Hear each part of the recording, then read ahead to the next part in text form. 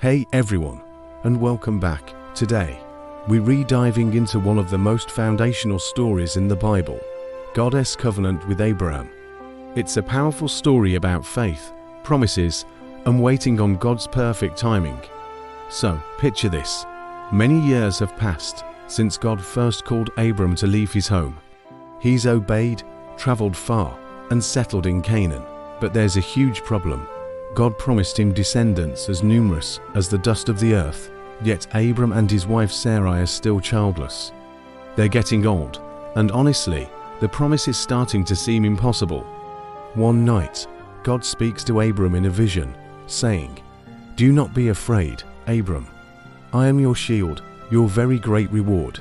Abram, in his raw honesty, basically replies, "Lord, what good are your blessings if I have no child to inherit them?" I love this part because it shows we can be real with God. So, God takes Abram outside. The night sky is just blanketed with stars, countless, brilliant, and stretching forever. Then God says, "Look up at the sky and count the stars if you can. So shall your descendants be." In that moment, Abram's heart shifted. He didn't know how, he didn't know when, but he chose to believe God. And the Bible tells us that God counted his faith as righteousness.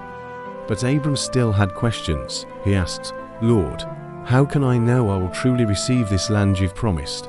In response, God established a formal covenant, a sacred agreement. Abram prepared a sacrifice, and as night fell, he saw a smoking firepot and a flaming torch pass between the pieces.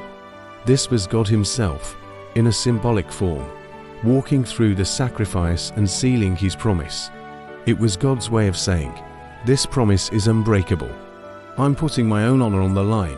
Years go by, and when Abram is 99 years old, God appears again. This time, he makes the promise even more specific. He changes Abram's name to Abraham, meaning father of many, and Sarai to Sarah, meaning princess. And then comes the big one. God promises that Sarah herself, well past childbearing age, will have a son. Abraham just falls to the ground in awe. Imagine the mix of shock and wonder. A son, a lineage of kings, a nation, and through his family, a blessing for the entire world. This covenant wasn't just about land or a single family.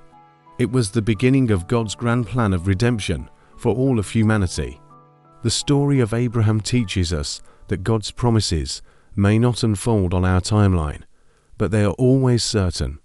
Even when things look impossible, our role is to trust Him. Thanks for watching, and don't forget to subscribe for more stories like this. See you next time.